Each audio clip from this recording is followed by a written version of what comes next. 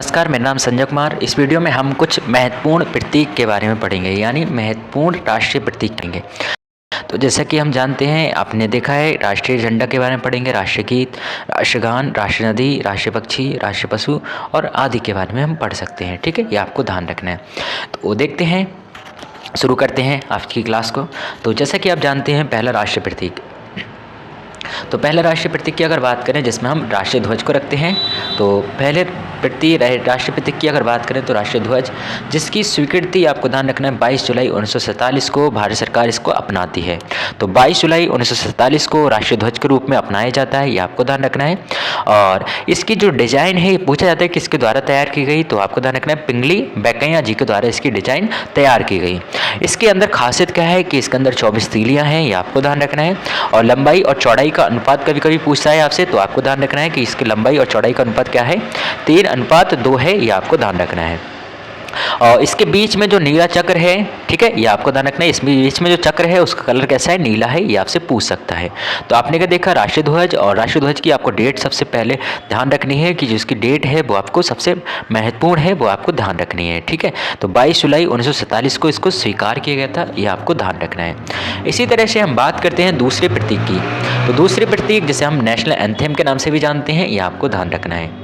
ठीक है, तो ये जो नेशनल एंथेम है, जिसे हम ठीक है, राष्ट्रगान भी कहते हैं, ये आपको ध्यान रखना है। इसकी स्वीकृति भारत सरकार के द्वारा 24 जनवरी 1950 को दी गई थी, ये आपको ध्यान रखना है। यानी 24 जनवरी 1950 को भारत सरकार ने इसे अपनाया था, ये आपको ध्यान रखना है। और जो आपका राष्ट्रगान है, ये किसके द्वारा गाया गया था, ये आपको ध्यान रखना है। रविंद्रनाथ टैगोर के द्वारा गाया गया था। ये कब गाया गया था, ये आपको ध्यान रखना है, 1911 में। 1911 में जब भारतीय राष्ट्रीय कांग्रेस का अधिवेशन होता है, जिसकी अध्यक्षता आपको ध्यान रखना है रहमतुल्लाह शयानी जी के द्वारा की जाती है, ये आपको ध्यान रखना है।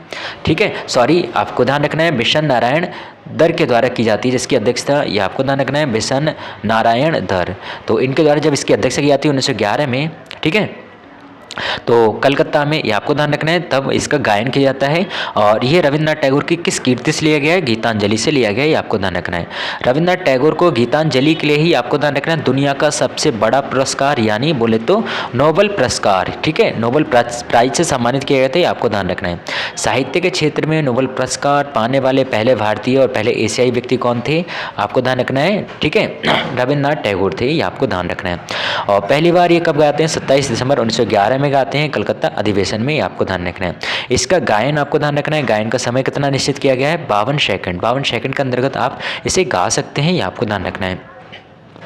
वहीं पहली बार 1905 में आपको ध्यान रखना है तद्बोधनी सभा में, ठीक है, इसका प्रकाशन किया गया था, ये आपको ध्यान रखना है। और कप्तान आबिद अली द्वारा इसका हिंदी में अनुवाद किया गया था, क्योंकि इसे लिखा किस भाषा में गया था, आपको ध्यान रखना है, बांग्ला में गया था, ये आपको ध्यान रखना है। तो बांग्ला से हिंदी में कन्वर्ट करने का श्रेय किसको जाता है, आपको ध्यान रखना है, कप्तान आबिद अली जी को जाता है, ये आपको ध्यान रखना है। ठीक है, तो 24 जनवरी 1950 को, और जबकि 22 जुलाई 1947 को आपको ध्यान रखना है राष्ट्रीय ध्वज को स्वीकार किया गया था, ये आपको ध्यान रखना है।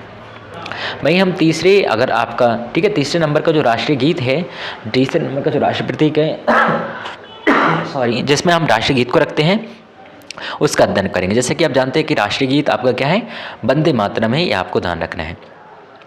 तो इसकी भी स्वीकृति 24 जनवरी 1950 को दी गई थी, ये आपको ध्यान रखना है। राष्ट्रगान और राष्ट्रगीत दोनों की स्वीकृति एक ही डेट को दी गई थी, ये आपको ध्यान रखना है, यानी 24 जनवरी 1950 को। वहीं आपको ध्यान रखना है, ये किसके द्वारा लिखा गया था, बंकिम चंद्र चटर्जी के द्वारा लिखा गया था। इनका एक उपन्यास था जिससे ये लिया गया है, ये आपको ध्यान रखना। उपन्यास का नाम क्या था, आनंद मठ था, ये आपको पता होना चाहिए। यह बंगाली और संस्कृत में लिखा गया था, ये आपको ध्यान रखना है। और पहली बार 1896 में जो भारतीय राष्ट्रीय कांग्रेस का अधिवेशन होता है, कलकत्ता अधिवेशन, उसमें रविंद्रनाथ टैगोर के द्वारा इसका गायन किया जाता है, ये आपको ध्यान रखना है।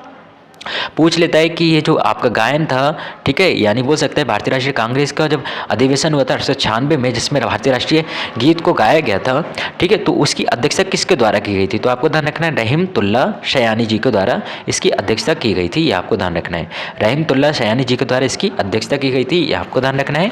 और ठीक है, 22 जुलाई आपको 24 जनवरी, और ठीक है, और आपको, ठीक है, 24 जनवरी, यानी ये आपको डेट ध्यान रखनी है।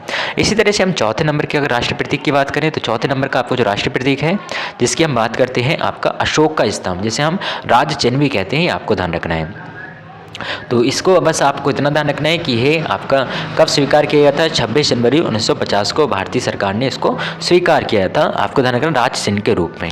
वहीं आपको पाँचवां राष्ट्रीय, ठीक है, प्रतीक ध्यान रखना है। तो 5वें नंबर का जो आपका राष्ट्रीय प्रतीक है जिसे हम राष्ट्रीय कैलेंडर कह रहे हैं, ये आपको ध्यान रखना है। तो इसको स्वीकार किया गया था, आपको ध्यान रखना है 22 मार्च 1957 को। वहीं आपको बताना है, ठीक है, जो आपका राज्य चिन्ह था ये 26 जनवरी 1950 को, और वहीं आपको 22 मार्च 1957 को आपको ध्यान रखना है राष्ट्रीय कैलेंडर स्वीकार किया गया था। तो भारत का राष्ट्रीय कैलेंडर का नाम क्या है, ये आपको ध्यान रखना है शक संवत। ठीक है, ये आपको ध्यान रखना है शक संवत जो है यह क्या है, आपका भारत का राष्ट्रीय, ठीक है, कैलेंडर है, ये आपको ध्यान रखना है। और जो आपका अंग्रेजों का था उसे क्या बोलते हैं, ग्रेगोरियन कैलेंडर बोलते हैं, ये आपको ध्यान रखना है। तो शक संवत पर आधारित है, ये आपको ध्यान रखना है। और इसमें क्या होता है आपका 78 ईसा, ठीक है, आपको ध्यान रखना है ग्रेगोरियन कैलेंडर में अगर आप 78 ईसा जोड़ देते हैं तो आपको शक संवत की वर्ष पता चल जाती है, ये आपको ध्यान रखना है। और इसका पहला माह ध्यान रखना है, कभी कभी पूछ लेता है एग्जाम में कि आपका शक संवत में पहला माह क्या होता है, ये आपको ध्यान रखना है पहला माह होता है चैत्र, और वहीं अंतिम माह आपको ध्यान रखना है फाल्गुन होता है, ये आपको ध्यान रखना है। ठीक है, पहला माह चैत्र और अंतिम माह आपको फाल्गुन ध्यान रखना है। स्वीकृति इसकी 22 मार्च 1957 को इसको दी गई थी, आपको ध्यान रखना है। ठीक है, तो आज आप इतने आपके बोल सकते हैं राष्ट्रीय प्रतीक पढ़ेंगे, और इसके बाद आपका नेक्स्ट सेशन आएगा जिसमें हम और विस्तार से और इनके बोल सकते हैं एमसीक्यू पढ़ेंगे। ठीक है, ये आपको ध्यान रखना है। तो आज का सेशन आपको कैसा लगे आप लोग जरूर बताइएगा, और अगर नए हैं तो लाइक सब्सक्राइब भी करते रहिएगा और वीडियो से जुड़े रहिएगा।